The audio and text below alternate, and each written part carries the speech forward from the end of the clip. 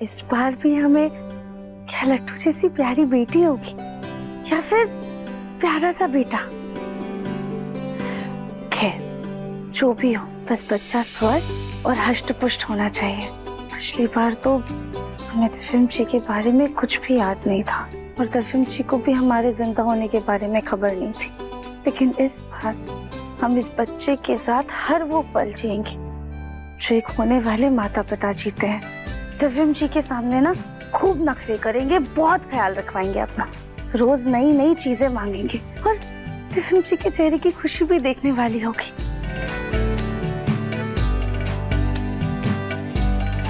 इस बच्चे को पूरे परिवार का प्यार मिलेगा।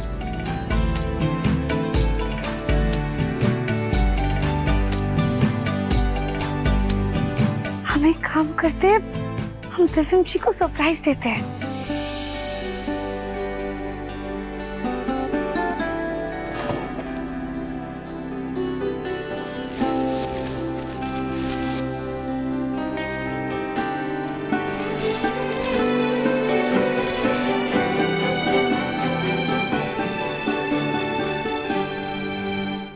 राधिका, राधिका, राधिका, सॉरी। एक्चुअली मैं माँ को दवाई लगा रहा था और उसके बाद मुझे याद आया कि दादी की दवाई खत्म हो गई तो मैं लेने चला गया। जानता कि तुम मुझे इतनी इंपॉर्टेंट बात बताना चाहती हो, लेकिन मेरे पास वक्त ही नहीं है सुनने का। दिव्यम जी शांत हो जाइए, कोई बात नहीं, हम समझते हैं। अरे ऐसे कैसे कोई बात नहीं है राधिका? नहीं, बात तो है। मैं तो कहता हूँ कि तुम्हें मुझसे गुस्सा हो जाना चाहिए, मुंह फुला लेना चाहिए, रूठ जाना चाहिए, और उसके बाद मैं तुम्हें प्यार से मनाऊं, प्यार से रिझाऊं, और उसके बाद भी तुम्हें नहीं मानना चाहिए। तो फिर मैं और मेहनत करूं, और इतनी मेहनत करने के बाद तुम मुझे वो इम्पोर्टेंट बात बताओ।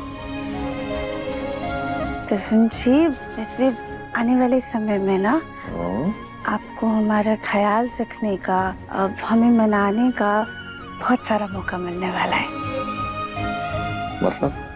मतलब आप पहले अपना ये फोन साइड में रख दीजिए। हम नहीं चाहते कि अब हमारे बीच में कोई भी आए। आपका ये फोन भी ये लो, साइड में रख दिया, साइलेंट पे कर दिया। अब तुम्हारे मेरे बीच कोई नहीं आ सकता। मेरा वक्त सिर्फ और सिर्फ तुम्हारा है।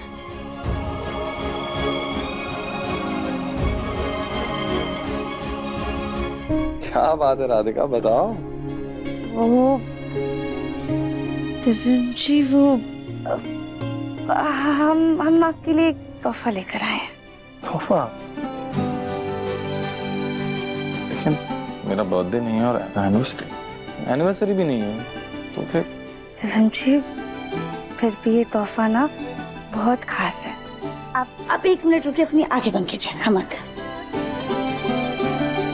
देवर जी, दिवरानी जी, जल्दी नीचे चलिए, चाची साजी का नया तमाशा हो रहा है। चलिए, क्या बात करने का तरीका है, माँ है वो मेरी। सॉरी देवर जी, लेकिन नीचे चलिए तो सही, देखिए कितना बड़ा तमाशा हो रहा है। राधिका, लेकिन हमारी दिव्यम जी, कोई बात नहीं, हम आराम से बात कर लेंगे। अभी नीचे चलकर देखते हैं। चलिए बात। ये क्या पागलपन है सुजाता?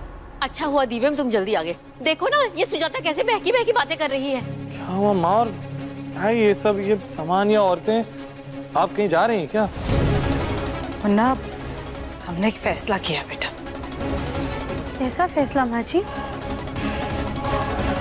हमने फैसला किया है कि रिश्तों के मुंह से सांसारिक सुख और ये सब ऐशो आराम छोड़कर हम हमेशा हमेशा के लिए वृद्धाश्रम में जाकर रहेंगे।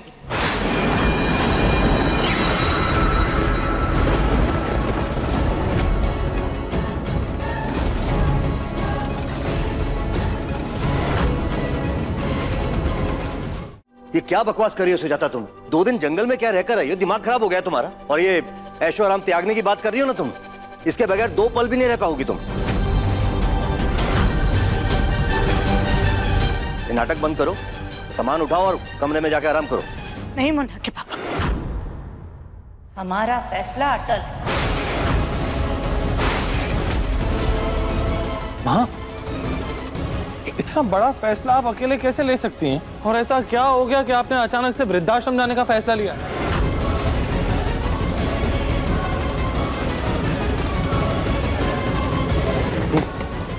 कहीं नहीं जाएंगे आप। वृद्धाश्रम में उन बेचारों को जाना पड़ता है जिनका अपना कोई नहीं होता, जिन्हें कोई प्यार करने वाला नहीं होता, या जिनके अपनों ने उन्हें खुद से अलग कर दिया होता है। लेकिन यहाँ देखिए, आपका पूरा परिवार आपके साथ है और हम सब आपको कितना प्यार करते हैं, तो फिर आपको वृद्धाश्रम क्यों जाना है?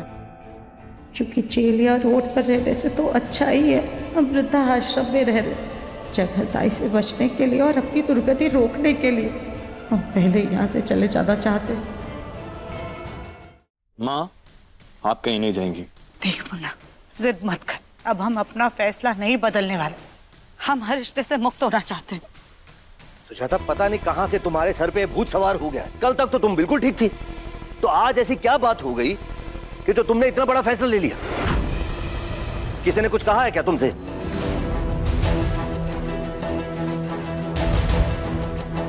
माँ, एक सेकंड, प्लीज प्लीज माँ, प्लीज। आप मुझे बताइए, कुछ हुआ है क्या? कुछ प्रॉब्लम है तो मुझे बताइए, मैं वो प्रॉब्लम सॉल्व करता हूँ। माँ, कुछ बताइए तो सही, तो पता चलेगा ना। आप ऐसे कैसे इतना बड़ा डिसीजन ले सकती हैं? देख मुन्ना, ये औरतें वृद्धाश्रम से हमें लेने के लिए आई हैं, हमें इनके साथ जाना होगा, इसलिए हमें जाने दे, हमें रोक मत। हाँ लेकिन माँ, चलिए। माँ जी रुक जाइए, हमारा नहीं तो कम से कम सोनू का तो सोचिए। रागिनी भी नहीं है, अगर आप भी चली जाएंगी तो बेचारी का रो रो के क्या हाल हो जाएगा। आखिरकार तुम चाहती क्या हो राधिका? हमारे रास्ते से हटो, हमें जाने दो। माँ जी, लेकिन हम समझ नहीं पा रहे कि आखिर बात क्या है। हम में से कोई भी नहीं समझ पा रहा माँ कि आखिर बात क्या है, क्या हुआ है? सुजाता, तुम मेरी किसी बात से नाराज हो? अगर ऐसा है तो बोलो, हम बैठ के बात कर लेते हैं ना। नहीं नहीं माँ जी, ऐसी कोई बात नहीं है। माँ जी को हमने तसल्ली से समझा दिया है कि हम उनका सच किसी को नहीं बताएंगे। फिर माँ जी किस बात से डर रही हैं? या फिर ये माँ जी की कोई नई चाल है? देखिए, आप बहुत ही नसीबों वाली हैं जो आपके परिवार वाले आपको ऐसे रोक रहे हैं। और हमारे आश्रम में तो वो औरतें आती हैं जिन्हें ज़रूरत होती है, जो ज़रूरतमंद है, जिनके घर वाले उन्हें छोड़ के चले जाते हैं। आपका घर तो बहुत प्यारा है, बहुत प्यार करते हैं सब आपको। हम आपको नहीं ले जा सकते। Thank you so much. हम भी हमारी माँ को कहीं नहीं भेजना चाहते, कहीं नहीं।